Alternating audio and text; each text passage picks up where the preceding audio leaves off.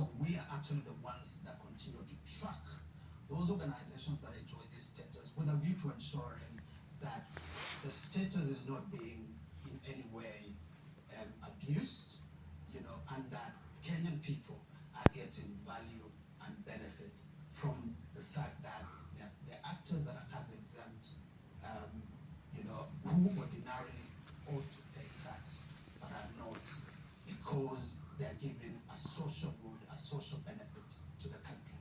So civil society organizations reacted yesterday and continue to react today. And they take the view, and having listened to you, if you're not sure that this money, these grants were accorded with nefarious purposes in mind, is this then not an attempt to stifle the civil society space? Is there, if I may ask you, is there a problem in asking for accountability? How does that constitute stifling? The view is that this is a Moi-era tactic where dissent. Have those organizations been targeted in any way? Have their accounts been closed? Have their officers been arrested? Not at all.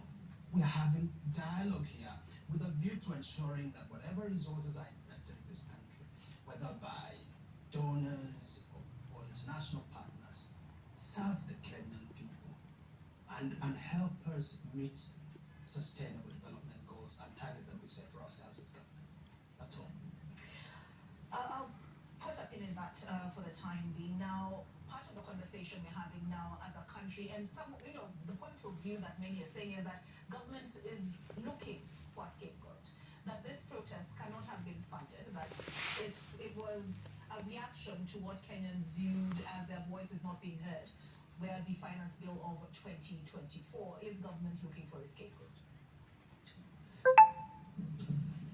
I think it would really be unfortunate for anybody to imagine the government is looking for a scapegoat. When the protests broke, I think the reality is that government did not anticipate this level of anger and the level of outrage that people had with respect to the tax measures the government had proposed. Government believed very strongly that it had communicated adequately about the fact that it was carrying a heavy debt burden, and that debt burden needed to be shared, with Kenyans, and that the painful